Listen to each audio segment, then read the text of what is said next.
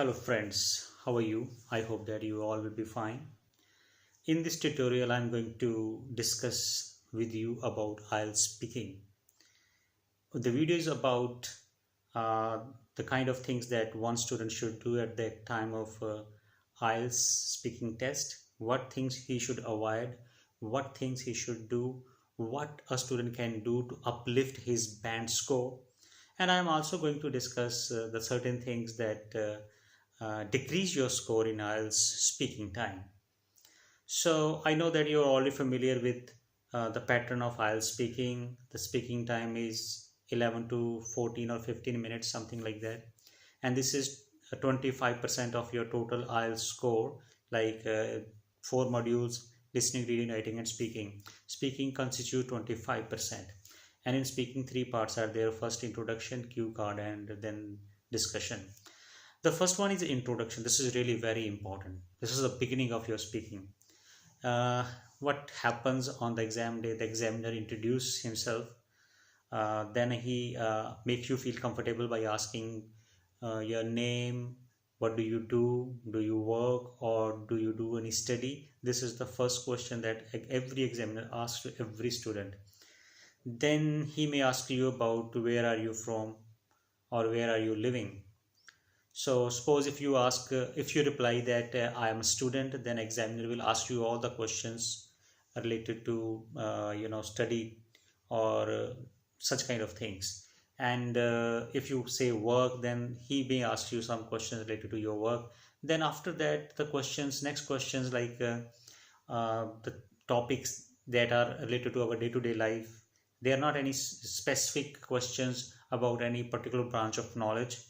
Examiner is not supposed to ask you like what is the name of the president of America, or what is age, or who is the richest person in the world. Such kind of questions are not there in the speaking. This is not your general knowledge test, or even this is not your job interview. This is just a test to check your English ability. So examiner is checking your grammar, your vocabulary, sentence linking, your natural fluency, and your ideas. So you have to focus on these things along with pronunciation. So suppose I'm going to having step by step all these. So first thing is that you have to give the complete answer. What happens, most of the students who do not take proper guidance or proper classes, what they do, if examiner asks you do you like reading, yes, or candidate says no. So this is not a right answer.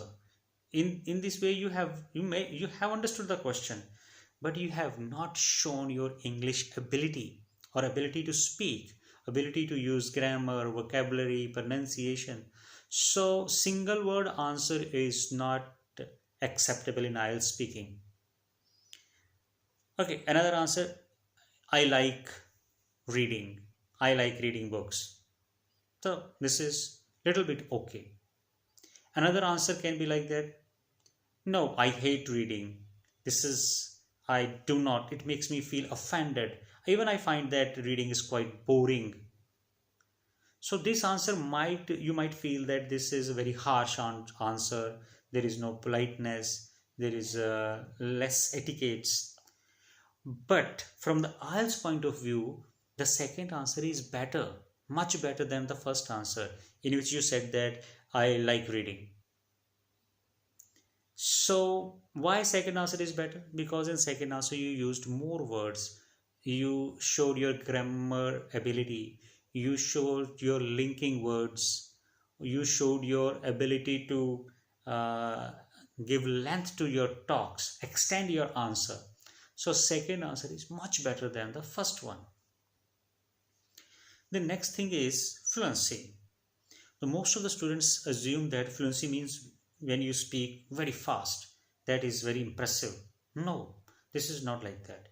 You have to speak at your natural pace with using natural pauses. Pauses are there to get the response of the other person. If you just keep on speaking, that is just like a vomiting of your ideas. There is no emotions, there is no feelings. So that kind of talk nobody likes. Examiner will feel little bit uncomfortable if you keep on uh, giving a very speedy answer. So try to have natural pauses. The way you talk in your own mother tongue, that is in Hindi or Punjabi, the same way you have to speak in English with pauses and wait for the response.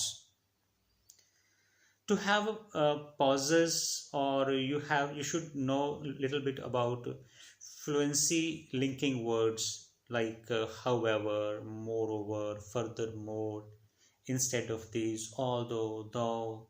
So these are the words that will give a pause and also link the sentences and ideas. The next thing is pronunciation.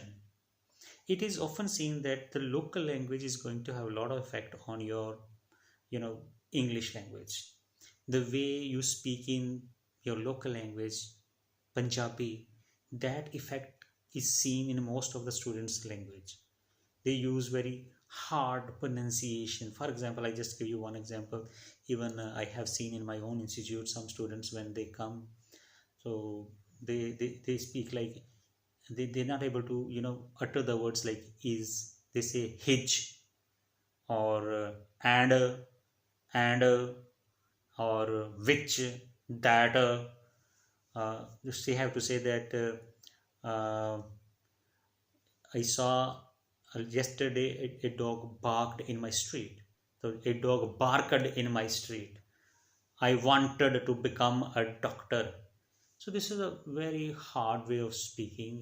This is not acceptable. You will lose the marks. So what you need to do, you have to copy. The pronunciation is learned by copying. So how can you improve your pronunciation? The TV is the best source, or YouTube channels, or the English speakers, BBC channels, CNN news channels. You can watch English news channels and see how the news anchor speak the words. Try to copy them. You just listen a script, then try to copy and speak. Another thing is you need to speak a lot. Speak too much in English in your daily routine. Many people say that in order to improve our English, we should speak in front of mirror, but I do not support this.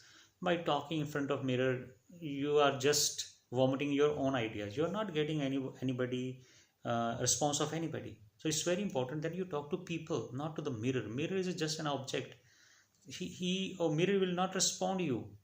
So talk to those people or persons who can talk in English, with friends, with the class fellows. There are so many apps available on a mobile phone which can help to improve your English conversation. Next thing is read a lot. What do you need?